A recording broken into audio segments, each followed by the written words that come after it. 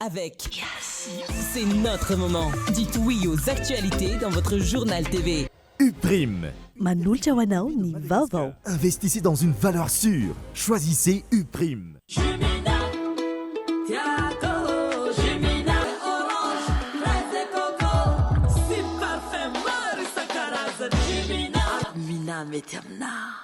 Manolotra ho anao ny vaovao.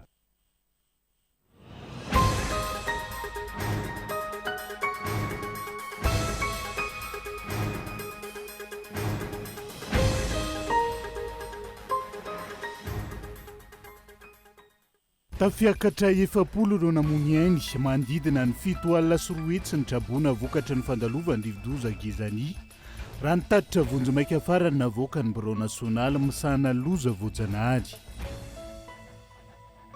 voafaritry ny lalàna mazava ny fepetra sy fomba arahana amin'ny fisavanana perquisition ho ny mpahalalàna ka tokony hampandrem-pitandro ny filaminana ny rehetra raha misy tranga mampiaya tsisy intsony ny gaboraraka toy ny teo aloha ary rosona ny fanavaozana ny fehezan-dalàna amin'ny feny solitany isariana kompania matra zovavety ho ny teo anivony Omnis.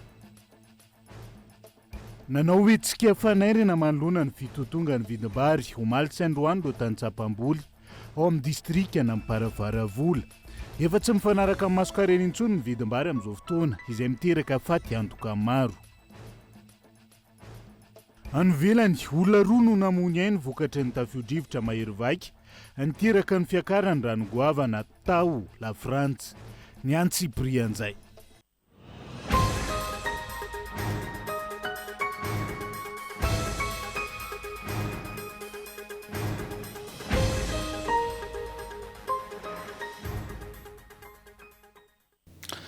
Akafaliny indray tomboky lasongo vavy no itsitiana ny tokantranonao amin'ity ality tonga soa ato anaty fotoana ny fampalalam-baovao manasana ihany koa anaraka ny Antsiprianzay hoetsika manokatra ny fiarahana avy hatrany niakatra 7 ireo namony ainy 720 ny naratra ary mandidina ny 7 alina sy 4 hetsy ny trabona vokatra ny fandalovany rivodoza Gezani raha nitaditra vonjy maika farany navoaka ny bureau nasionaly amisahana ny loza voajanahary mahery ny 7 sy 1 alina ihany koa ny tranondrava raha toka 700 mahery ny sekoly sy nahitana fahasimbana araka nitaditra atrany ariana fitiavana no mitaditra ny Antsiprianzay.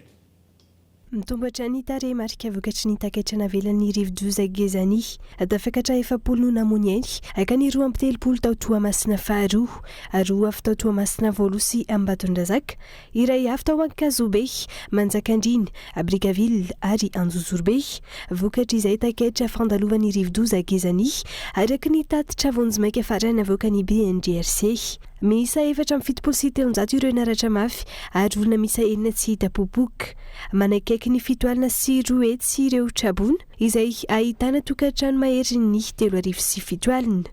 Ankoatra izay olona mandidina ny 9 sy 1 alina mitsinjara amina tokantrano mandidina ny 700 sy 4 no tsy maintsy nafindra toerana. Adibo-drano avokoa ireo toerana nandalovan'ny Gezani ka trano mahery ny 300 sy 4 sy 1 alina no dibo-drano ary mandidina ny 7 sy 3 alina ny trano simba mandidina ny 5 sy 1 alina ny trano rava-tanteraka. Nitondra takatra ihany koa ny sekoly trano fianarana 170 no rava-tanteraka mandidina ny 10 sy 500 ny trano fianarana nahitana fahasimbany izay niala tafo. Marindry, faritra 5, Atsinanana, Analamanga, Analanjirofo, Alaotra Mangoro ary Itasy no vomafy voakasika tamin'ity fandalovany rivodoza Gezani ity. Misy 720 ny toerana fandraisana ireo trabona manerana ireo distrika 13 ao anatin'ny faritra voakasika araka ny tatitry ny BNDRC hatrany. Voafaritry ny lalàna mazava ny fepetra sy fomba arahana amin'ny fisavana na perquisition ho ny mpahalalàna nanaovana fanadihadiana manoloana ny resabe momizay amin'izao fotoana izao no amafisy ministra ny fitsarana ihany koa ny tokony hampandrenesany rehetra ampitandro ny filaminana raha toka misy tranga fisavana trano atao ivelan'izay fepetra ara-dalàn'izay tsara soarvelo. Ny maraina teo tokony tamin'ny 3 sy sasany no savainy miaramila ny trano ny praiministra teo aloha Rakotoary Jona Désiré raha ny vaovao miparitaka eny anivon'ny tambazotra Tserasera. tsy mbola nitondra fanazavany na nandiso nananamaro ny vaovao io ny ministerany fitsarana hatreto saingy nampatsiahy fa voafaritry ny lalàna mazava ny fepetra sy fomba arahana amin'ny fisavana trandro tao anaty fahampafantarana ofisialy androany no amafisina ihany koa tao anatin'izay fa afaka mampandrehavetra ny mpitandro ny filaminana ny rehetra raha toa misy ny tranga fisavana trano atao ivelany fepetra ara-dalàna. Nanamafy fiankila ny mpahalalàna nanaovana fanadihadiana fa misy ny andin-dalàna amin'ny fisavana trano na ny perquisition araky ny fehezan-dalàna momba ny ady heloka behivavy. Rehefa miresaka isika perquisition misous-entendre raharaha-pitsarana ary io raharaha-pitsarana io dia raharaha-pitsarana ady heloka. Dia ny voalazan'ny lalàna dia izao tsy azo atao ireo zavatra ireo raha tsy mahazo ny fanekeny ilay olona anaovana saisie na anaovana perquisition na anaovana visite domiciliaire ilay zavatra ho atao ary atao an-taratasy mihitsy izay zavatra izay.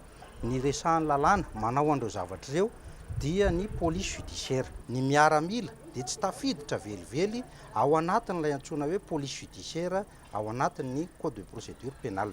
Fa matoa zany miaramila andeha ataontsika hoe manao an'ireny opération perquisition visite domiciliaire na saisie de pièce conviction reny dia ao anatina cadre mixte izany hoe iarahany miaramila sy ny zandary ohatra na miaramila sy ny polisy na miaramila sy ny zandary sy ny polisy. Famitorana tsy azo atao raha tsy manomboka amin'ny ora fiasana. Raha tsy aivina ao anatin'ny politika mpanjakana ametrana ny tantandalàny sy amongorana ny tsy maty manota ny dingana fisavana trano na ny perquisition mifanaraka amin'ny lalàna. Ilain'ny firenena zany mba tsy alokaloka ao ambany fa efa nananana ireo tompon'andraikitra ambony rehetra eo amin'ny fitantanana ny fireneny ho ny mpamaka fakararam-pireneny. Na izany tokony tandrovana hatrany ny voalazan'ny lalàna amin'ny fanatanterahana izany tsy hamerenana ny ratsy fanao teo aloha raha ny fanehoan-kevitra. Fa ny lalàna dia natao fampandrosoana firenena ho an'ny olona rehetrarehetra izay tonga dia mieritreritra izy hoe azo Madagasikara ka dia manao izay tiany atao izy ka rehefa tsy hotsony izy dia enjehan'ilay aty aoriana hoe tsy netiny nataonao ka dia ireny hitantsika ireny hoe atao perquisition. Mila manaja ny lalàna tsirairay ary tena manaja ny kitsipo fa tsy entina atao fampitahorana ny hafa na koa hoe fialokalofana ihany koa. Io manao perquisition nefa atsakilany ianao manao ihany koa ilay fanao n'ilay teo aloha ihany dia tsisy ninona anjara eny ka tsy mety raha hoe raha eo amin'ny fitondrana ianao androany dia mieritreritra ianao fa tsy maty manota fa zany afaka mampiasa ny lalàna ho amin'ny tombotsoako na ho amin'ny tombotsoana tokoko ho amin'ny tombotsoan'ny olona manodidina. Mila mafisina ny tantandalàny amongorana ireo rafitra matanjaka amin'ny kolikoly. Ilain'ny firenena ny fiverenena amin'ny fitantanana mangarahara ka na iza manao ny tsy mety tokony hiara-ny lalàna mifandraika amin'ny eloka sy fahadisoanana nataony avokoa. Politique zéro tolérance ka andrasa ny mpanara-baovao amin'izao fotoan'izao ny fandraisana fepetra amin'ireo tompon'andraikitra samihafa namotika sy nanimba ireo orinasa mpanjakana nanao tantely afa-drakotra ny harem-pirenena sy ny fananabahoaka raha tsy laza fa tsy ny mikasika ny filoha teo aloha Andry Rajoelina sy ny Premier Ministre teo aloha Tsay Christian. Mila entitra hatrany ny filoham-panjakana mifandraisana fanapahan-kevitra eo anatrihan'ny vanim-potoana sarotra lalovan'ny firenena ankehitriny tokony hangarara sy hisy ny fampahafantarana ofisialy ho an'izay fanampiana rehetra hisorohana ny fisolokiana na endrika fanararota-pahefana manoloana ny antso fifanampiana ho an'ny vahoaka ny Toamasina amin'izao fotoana izao ho mpamakafakoka politika tamin'ity andro anty Rina Fitiavana. Tao anatin'ny 3 volana ny tantanan'ny filoham-panjakana kolonely Mikael Randrenirina ny firenena ny eno sy nanadiady ny zava-mitranga ny tenany ka mandray fanapa-kevitra aingana manoloana izay tsy fanarana ny lalantsaina hitondrana ny fanavaozana ho ny mpamakafakoka politika. Nahitana taratra izany ny fanesorana ireo tompon'andraiki-panjakana na henona fitarainana na tsy naomby. Tombotsoa-pirenena no mbaiko ka tokony ho entitra sy hitandrina ny filohan'ny fanavaozana manoloana ireo firehana politika na vondron'olona samihafa milaza ho manohana ny fitondrana ny fanavaozana. Tsy mihaino izay rehetra lazain'ny olona toy fa mananarina izay zavatra lazaina ary rehefa fampitorana dia mandray fanapahan-kevitra avy hatrany izy. Tsara tohizana izay fomba fiasa izay ary ataoko fa izay risiny atao fanavaozana ny fitantanan'ny firenena. Izay ilay midradradraina ny fotoana mahafa ndraiky fanorenana itetina zaratsika manoloana ny hoe resadea mahakasika ny fanasolitika sy ampandrarah manodidina ny filoha efa nanambara mazava ny fio fa misy manapa-kevitra fa tsy misy mpanambola maniry azy na afaka maniry azy ny mpanapa-kevitra raisiny. Mandalo vanim-potoana sarotra ny firenena ankehitriny eo anatreha ny fahavoazana nateraky ny rivo-doza gezany tany Toamasina. Zava-dehibe ny firaisankina-pirenena sy ny fifanampiana saingy tsy azo ekena ny endrika fanararotana na fanilikiliana na fisolokina manoloana ny mety ho katsikatsi politika tiana hovoizina. Tokony apetraka ny mangarahara ka isy ny fampahafantarana ofisialy ho fantatry ny rehetra ny fanampiana na eto an-toerana na avy any ivelany. Fa laza foana le hoe katsikatsi politika fa nino fa tsy dia tena hoe izay loatra le izy fa amantoko raha misy antoko zao te hanampy avy ireo izy hanampy satria malagasy daholo sika na iza mafiasa maviatra dia tokony halalaka zany fanampiana. Fa ny zavatra tsy tokony atao kosa dia le fanampiana miteraka fikolotana rehefa vao satria misy ny olona sasany manampy raha fa ditsika tsara mitato izay mitovy firehana aminy any mampina sy tomanany fa le tsy mitovy tena ilo minisy etsika zany ao anatin'izao atao fanorena amin'ny fotony firenena izao tsy hametraka an'izay hoe fanilitiliana tsy mitovy hevitra na tsy mitovy fiaviana na tsy mitovy fivavahana na nytokonona fa tena metraka hoe malagasy dia iray tsy aivina nanome tanana ny fitondram-panjakana ny vondrona iraisam-pirenena amin'ny fanampinan'ny vahoaka Trabony ny fikambanana sy ny fiangonana eto an-toerana ihany koa samy nany eo fahavononana hitondra ny anjara birikany ho tolo-tanana monjena ireo mpiray-tanindrazana any Toamasina. Tranga izay ahitana taratra ny fanavozana ny fiarah-mientany rehetra mandray ny andraikitra ho fanarenana ny firenena. Fa nitondra fanazavana mikasika ny fanafoanan'ireo fanomezan-dalana hakoranafo notapahana tao anatin'ny filakevitra minisitra ny 9 Janoary 2022 lasa teo ny teo anivo no minisy tsisy intsony goragora sy ny gabraraka tony teo aloha ny fanazavana ary rosona ny fanavaozana ny fehezan-dalana amin'ny fensolotany sy sariana kompania matotra sy vavety Gaeton Andriatsilavo. Fanomezan-dalana akoranafo misa 7 efa lany daty fa azon-dalana tsy nampiasaina misa 4 ary contrat de partage de production na CPP misa 220 noho ny foanana araka ny tapaka tao anatin'ny filan-kevitry ny minisitra ny anton'izany tsy fanajana ny didy ara-pifanarahana, tsy fanavaozana ny fahazon-dalana ara-potoana, tsy fampiasana akory ny fahazon-dalana ary tsy famerenana amin'ny laoniny tanteraka ny toerana ny asana taorian'ny fikarohana. Nanambarany ao minisy fa rehefa foana ny fifanarahana, foana ihany koa ny fahazon-dalana mifandraika amin'izay araka ny lalàna manan-kery. Isan'izany ohatra ny fifanarahana mikasika ny fikarohana sy fitrandrahana tany amin'ny faritra Beloha Profond Nord izay permettre contractuel manambatra bloc misa 4 tamin'ny taona 2022. Tanjona ny fanadiovana ny fanamafisana, ny rafitra sy ny lalàna mifehy ny sehatra. Ampitomboana ny mangarahara azony firenena sy ny vahoaka malagasy tombotsoa amin'ny fitantanana ny arenan-kibon'ny tany. Ny fametrahan'ny fitondram-panjakana mba ho fampiarana ny lalàna velona misy eto amin'ny tanin'ny Repoblika Madagasikara izay manendry ny eo minisy isolotena ny fanjakana. Zava-dehibe zany satria mba ialantsika amin'ny gabraraka izay nisy teo aloha eto amin'ny firenena.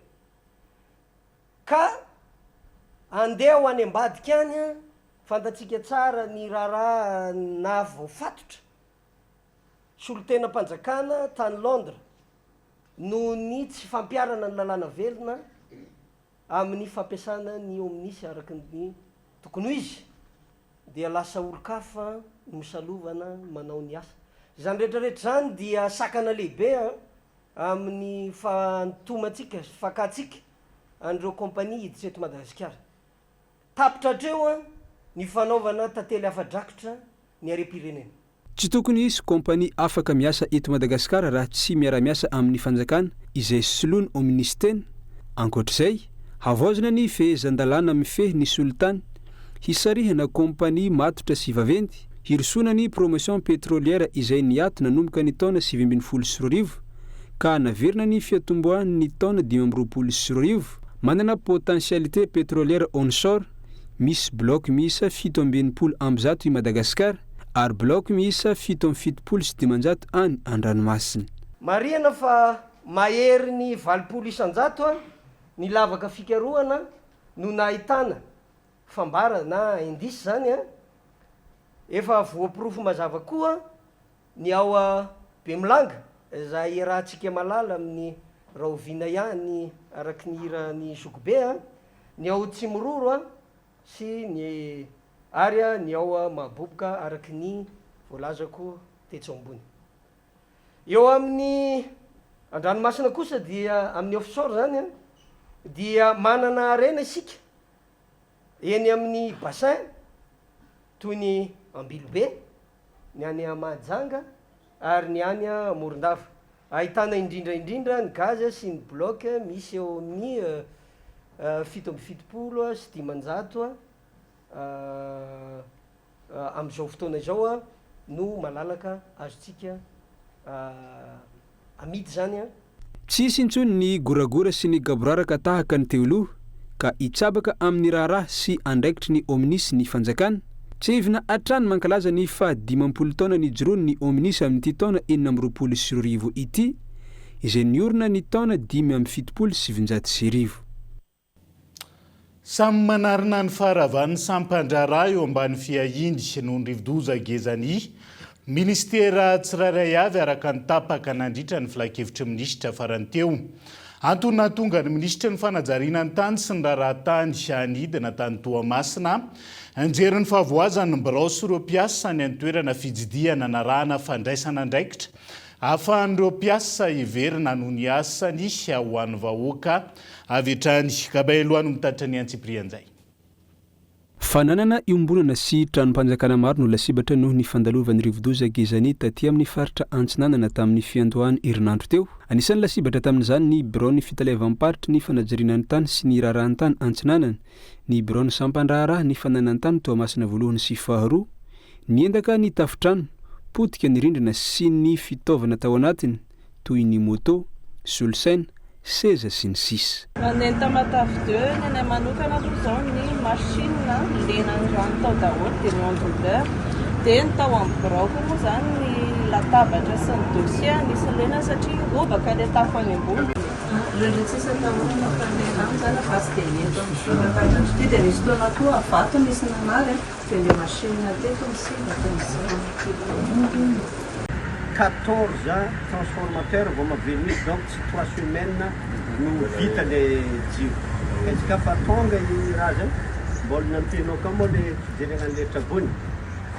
Ato 48 heures ianao fa tonga misy ministre.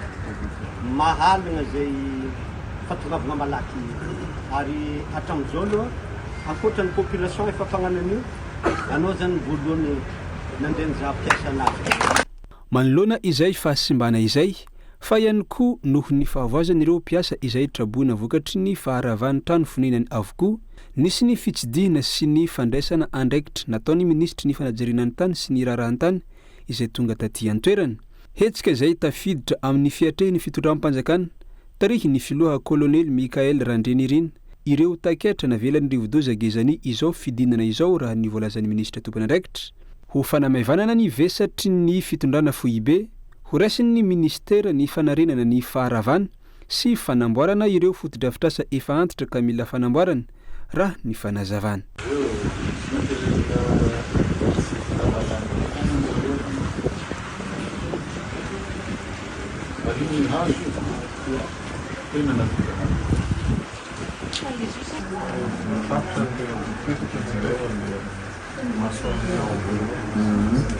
Temos aí desenvolvimento de parece que estão conceito de ministro a ver se são características a receita de cilindro a vamos ver já como na mesma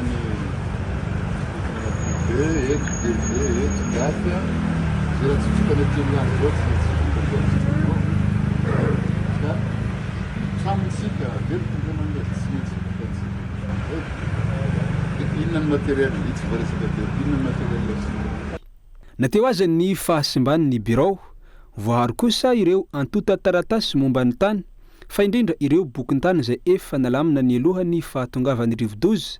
Ankoatr'izay nanolotra fanomezana ho an'ireo mpiara-miasa traboina ny ministera ka samy nisitraka vary iray gony sy kojakoja ilaina andavanandro avy izy ireo eo ampiandrasany ny fanarenany jirama ny famatsiana herinaratra aty an-toerana ahafahany fitalevam-patry ny fanajiriana ny tany sy ny raharahany tany mampandeha ny raharaha hisy groupe électrogène matanjaka misa telo omena ny sampandraharaha hoy ny ministry ny fanajirianany tany sy ny raharahantany général de division Lilson René de Roland.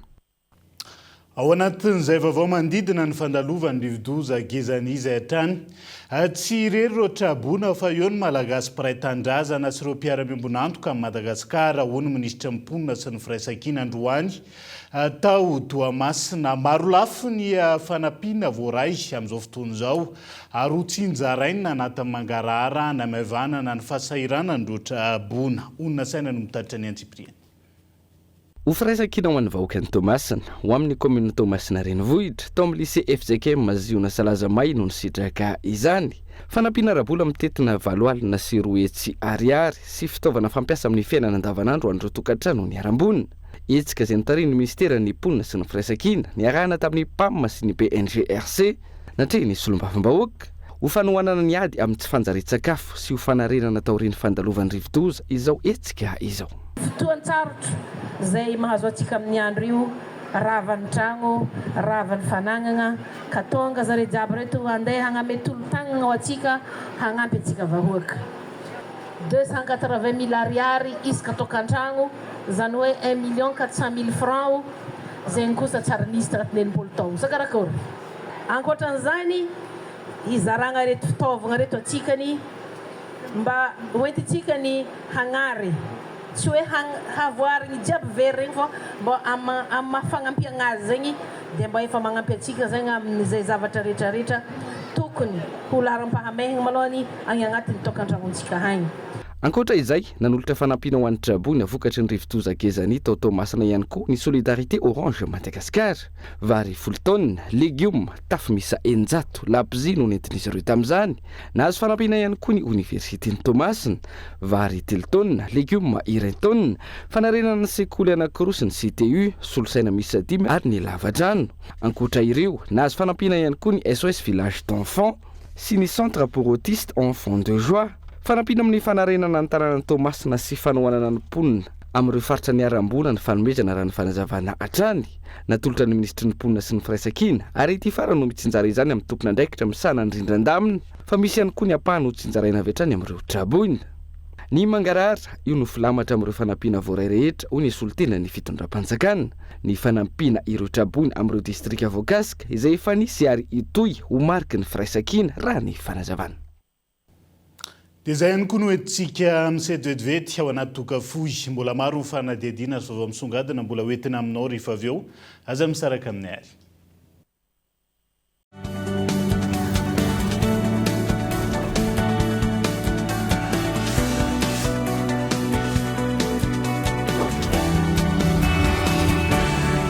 Ady afiparitahan'ny aretina mpox. Raha vao misy ireto soritra aretina ireto, maripana miakatra, aretinandoha, vatana manakotsapa, lamosina marary, arerahana be, ratra na fery tsy mahazatra amin'ny hoditra, mibotsimbotsina amin'ny hoditra, tarehy, tanana, tongotra, ativava, manodidina ny taovam-pananana sy ny lavabody na manenika ny vatana manontolo, atody tarima. Manantona tobim-pahasalamana avy hatrany na miantsony laharana 910 na 115. Na manantona avy hatrany ny centre de traitement et d'isolement ho an'eto Antananarivo. Hôpitaly Andotapenaka, Anosialy, CHRD Anosy Avaratra, Bongatsara ary Itosy.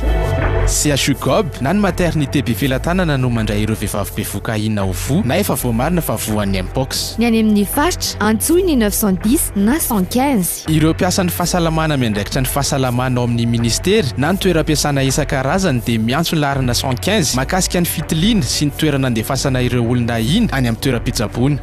Andraikitro. Andraikitrao. Andraikitsika ny ady amin'ny mpox. Zareo no andeha hividy fanomezana Saint-Valentin ho an'ilay olo tiako.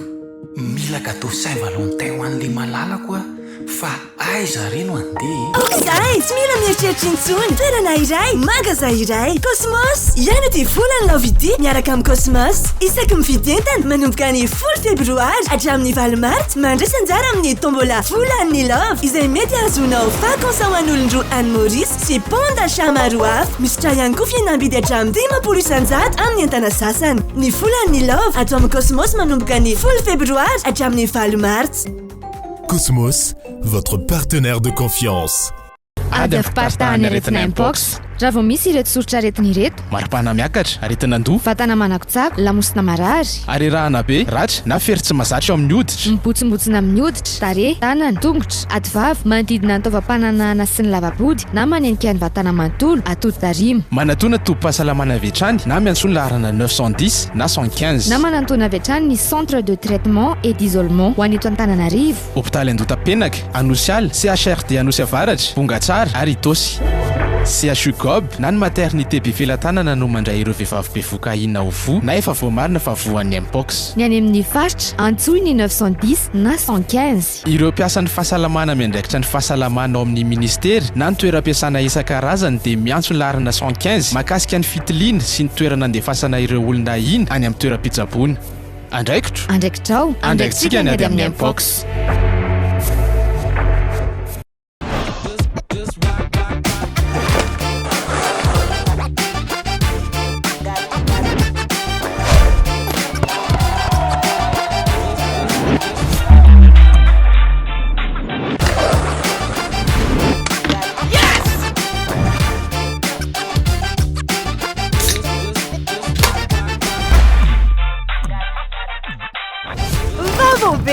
Woko canette 33 centilitres indray zao ny malaza lay woko miaraka aminao naiza naiza dimanjato sy roa arivo ariary monja. ady afiparitahany aretina mpox. raha vao misy ireto soritra aretina ireto: maripana miakatra, aretinandoha, vatana manako-tsako, lamosina marary, arerahana be, ratra na feritry mazatra amin'ny hoditra, mibotsimbotsina amin'ny hoditra, tarehy, tanana, tongotra, ativavy, manodidina ny taovam-pananahana sy ny lavabody na manenika ny vatana manontolo, atody tarima. manatona tobo-pahasalamana avy hatrany na miantso ny laharana 910 na 115 na manantona avy hatrany ny centre de traitement et d'isolement ho an'eto Antananarivo, hôpitaly Andota-penaka, Anosialy, CHRD Anosy Avaratra, Bongatsara ary Itosy. CHU Gob na ny maternité be felatanana no mandray ireo vehivavy bevoka inona ho vo na efa voamarina fa voan'ny mpox. ny any amin'ny faritra antsoy ny 910 na 115. ireo mpiasan'ny fahasalamana miandraikitra ny fahasalamana ao amin'ny ministera na ny toeram-piasana isan-karazany dia miantso ny laharana 115 mahakasika ny fitiliana sy ny toerana andefasana ireo olona iny any amin'ny toeram-pitsaboana. andraikitrao andraikitsika ny ady amin'ny mpox.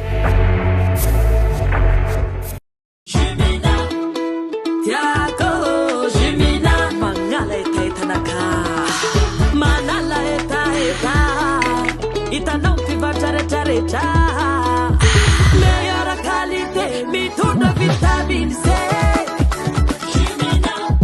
Ny goût-tegna naturel tsy pirate fa tegna réel. Parfait orange, fraise et coco sy parfum maro isan-karazany. Avy agny Europe an'le tegna top. Mina mety amina. Aizé ataontsika bobaka ho alay mega. Vava be Yellow 2500 misy data 2,4 giga isurfena amlaminy 1,2 giga manakerin'ny tontolo andro ary 1,2 giga ampiasaina manomboka amin'ny 10 real hatramin'ny 9 ora maraina. Ny vidiny 2500 ariary monja dia kife ho angana ny Yellow 2500 tsindriony dièse 322 étoile 69 dièse na midi ram super app Yas et moi. Yes.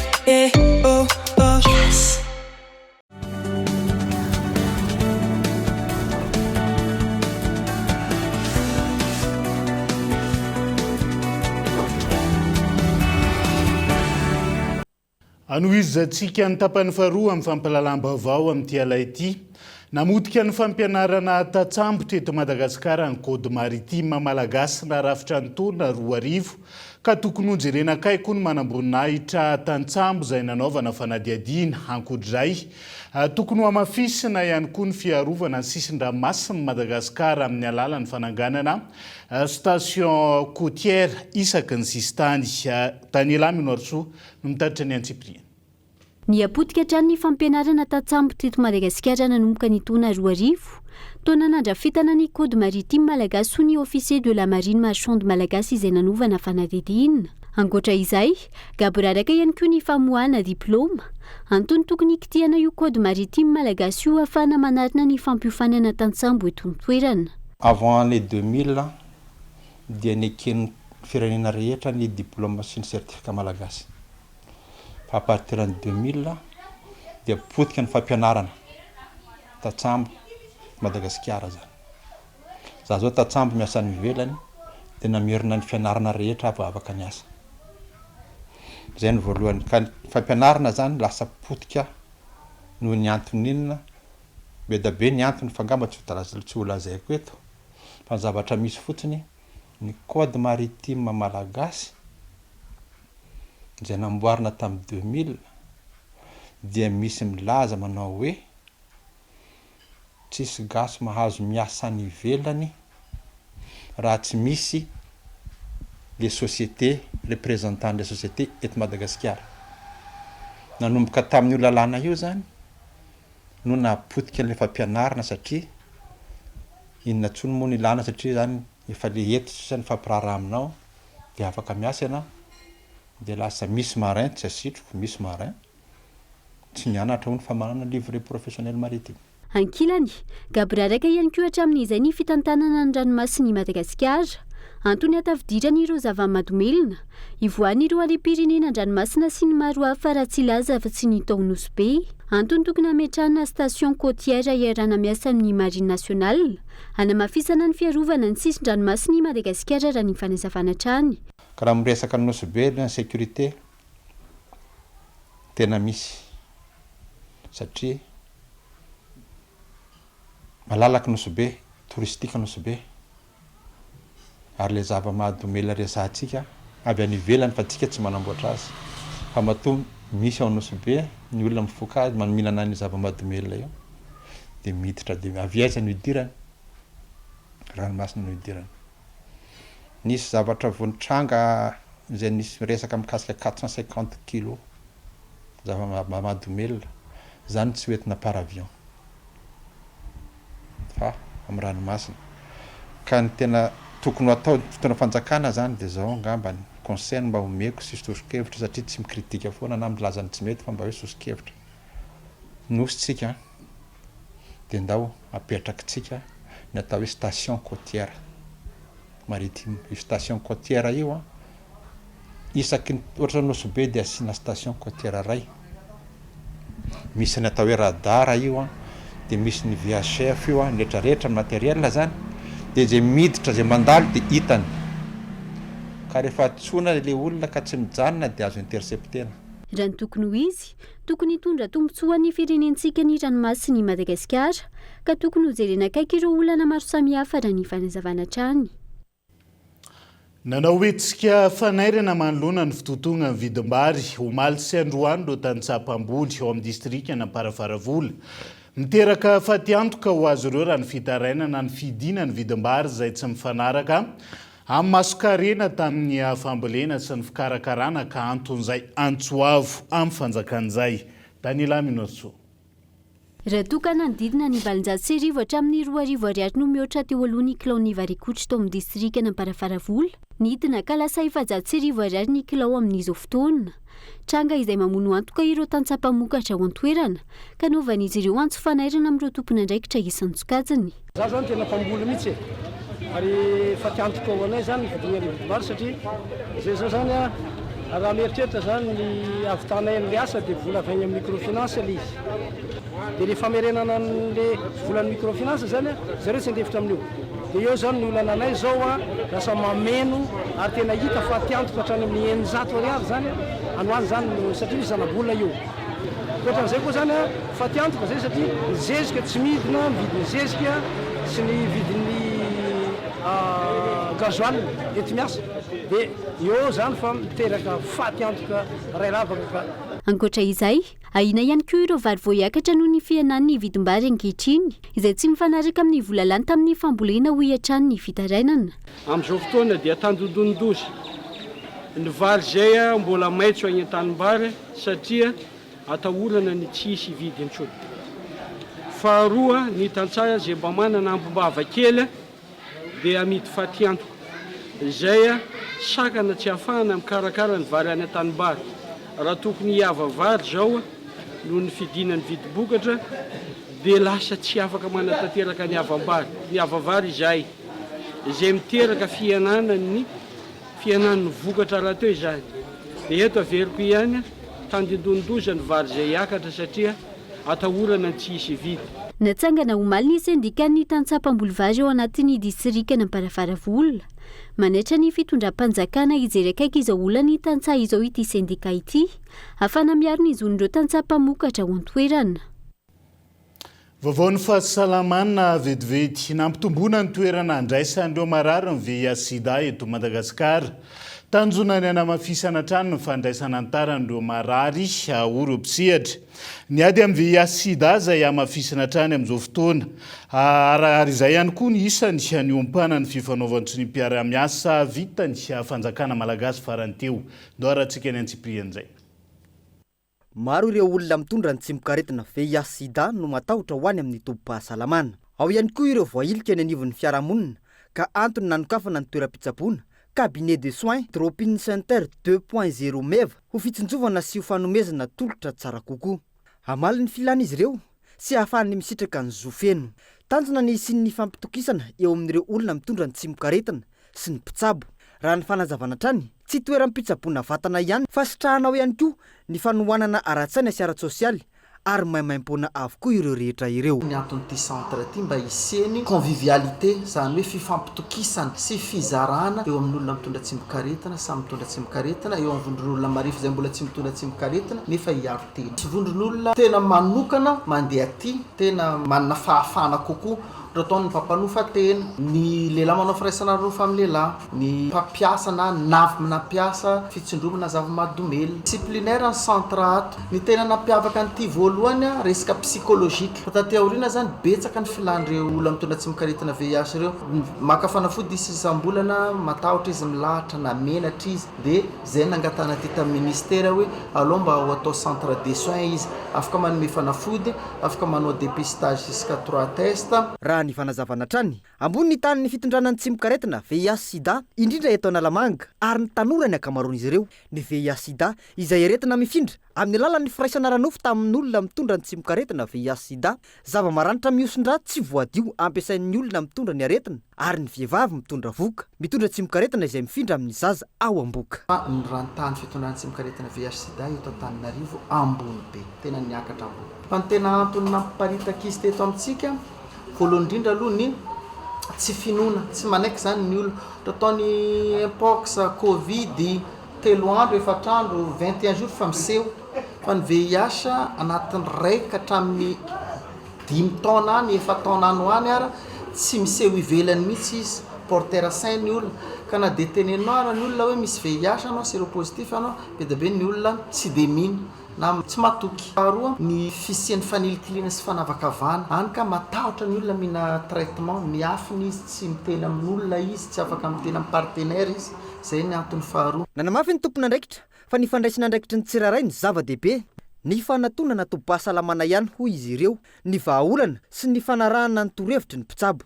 Ratsaivana nisy ny fiaonan'ny délégationna malagasy notarin'ny prime ministre leben'ny gouvernemanta nandiniana ny fampiakarana ny famatsimbola ho an'ny Madagasikara mikasika ny ady amin'ny VIH/SIDA sy ny aretina hafa androany. Fanaovatsy ny fisitrahana ny famatsimbola manaraka ho fiantohana ny fitohizan'ny fitsaboana sy fanamafisana ny rafitra ara-pahasalamana. Lafomba hafa fanohitrahana tsarana no onjam-peon'ny fisian'ny teknôlôjia vaovao ho ny sekretera jeneraly amin'ny ministera ny serasera sy ny kolotsaina nandritra ny fankalazana ny andro maneran-tany ho an'ny radio androany. Ny andro maneran-tany izay nandraisana ny lohahevitra ny onjam-peo sy ny lotsaina artifisialy fitaovana fa-tsy feo tamin'ity taona 2020. Fitaovan-tserasera iray isan'ny be mpampiasa indrindra maneran-tany ny radio izay natokany UNESCO ho andro maneran-tany ny 17 ny volana febroary.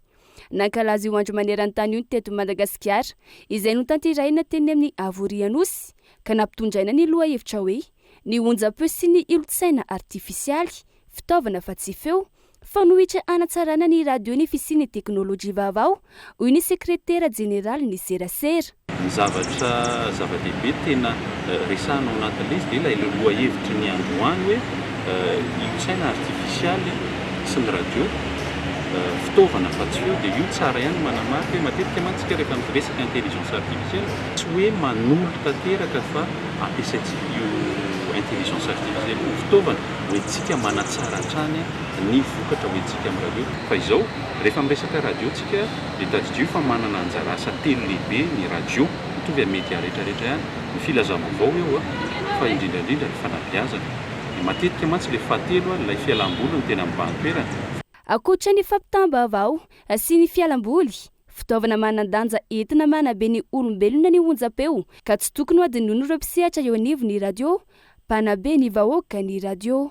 Moa mahay fa hoe ny radio dia fitaovana lehibe hoentiny magnabe ny olombelona, magnabe ny olombelona, tsy hoe vaovao fotsiny fa hoe mankahery isika mpiasany haino aman-jery rehetra mba tsy hagnadigno le hoe fitaovana hoentiny magnabe vahoaka ny radio. Io zany enao afaka miasa sofina fotsiny no miaino azy oka tsy ho adino ny mpiasan'ny radio fa mpagnabe vahoaka izy ireo. Raha ny hita maro amin'ireo mpiasa eo anivony onjam-peo eto Madagasikara no tsy manaja loatra ny teny malagasy ka ilaina ny mafy izany alohany hidirana eo amin'ny sehatry ny asa ho fanatsarana ny kalitaon'ny radio eto Madagasikara raha ny fanazavana trany raha fitinina afaka mihaino radio avokoa ny olon-drehetra na ireo olona tsy mahay mamaky teny na ireo tsy mahay manoratra. Tonga androany maraina Tobenjy nofo mangatsika an'ireo olona 13 namono haino tao anaty conteneur tamin'ny fandalovany rivodoza gezany Totoamasina. Tratrany loza mpifamovoza ny maître antitra Razafimanantsofo Mariariva. Efa voasabotry ny zandary ilay raim-pianakaviana nanao eritreritra tamin'ny vady hamanjana ny tany Akadonondry Sakay. Santionandreo vaovao nisongadina atao amin'ny page Facebook ny vaovao Kolo TV tamin'ity androan'ity tahoary. Ireto indray ireo vaovao nisongadina tao anatin'ny page Facebook ny vaovao Kolo TV tamin'ity androany ity. Tonga androany tao Benjy ny vata mangatsika nisy 13 mianaka namono haino tao anaty conteneur tamin'ilay rivodoza Gezany nandalo tany Toamasina. Notsenaina tao Benjy izy ireo ary avy hatrany dia namonjy ny tany Aviniavy. Tao an-toerana no nanefany ireo manam-pahefana ny andidy sy ny fanampiana rehetra. Tratran'ny loza mpifamoivoizana no nisy mpanjakana misana ny fanavozana Maître Antitra Razafimanantsofo Mariariva teny amin'ny lalam-pirenena fa 420 raha niazo any Ambatondrazaka. Nitarika ny délégation avy amin'ny gouvernemanta hijery ny fahavoazana noho ny rivodoza tany Moramanga sy Ambatondrazaka izy no izao tradoza izao rehefa nialalalana ny fiara izay nitondra azy. Notsaboina tao Moramanga ny tenany sy ireo olona 3 izay niaraka taminy ary avy eo nentina teny amin'ny Ageraka fantatra fa tsy misy atahorana ny amin'izy ireo.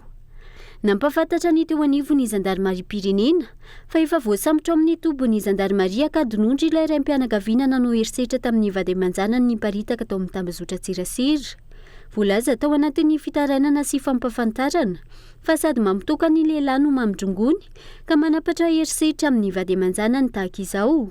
Toetra izay efa fanaony hatramin'izay ka tsy naritra intsony ny manodidina fa nampandre ny mpitandro filaminana ka izao voasambotra izao ny lehilahy.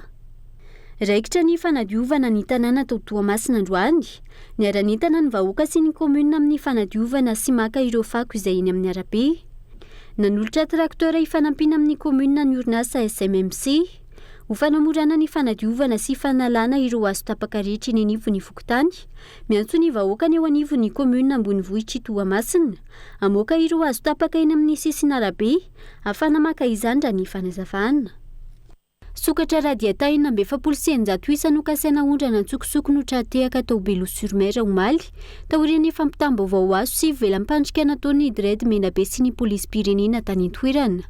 Voasambotra ihany koa ireo olona misaroa nitondra n'ireo sokatra raha toka tafampiritsaka ny 3 ary fankaronina amin'izao fotoana. Tombanana ho avy any amin'ny faritra atsimo nosy ireto sokatra ireto ary nentina tamin'ny laka anaingam-pandeha tao Beloha-sur-Mer izay lalana moahana azy.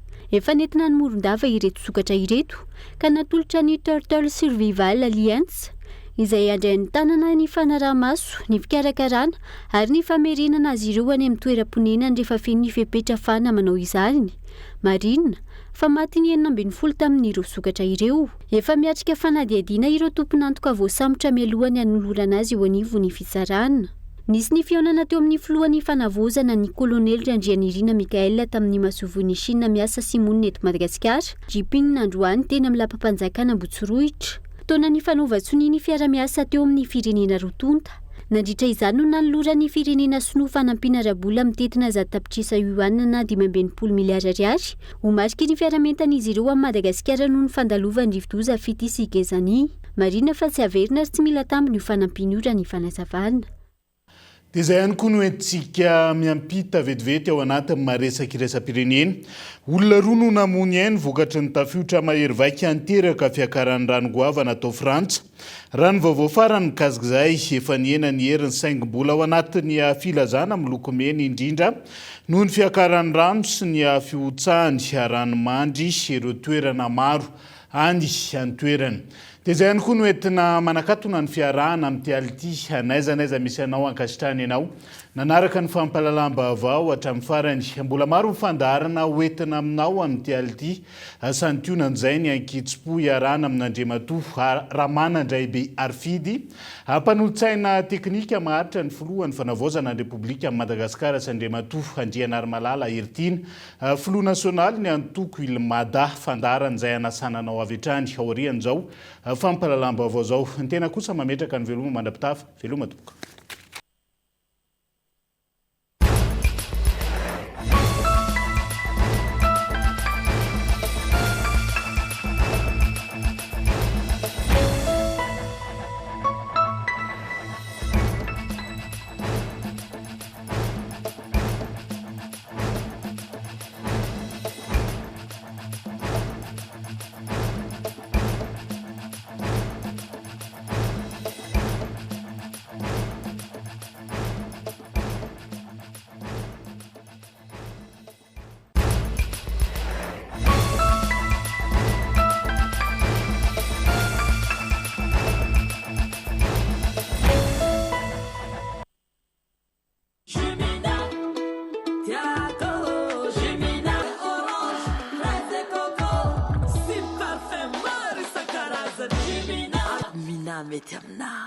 Nanolotra ho anao teo ny vaovao.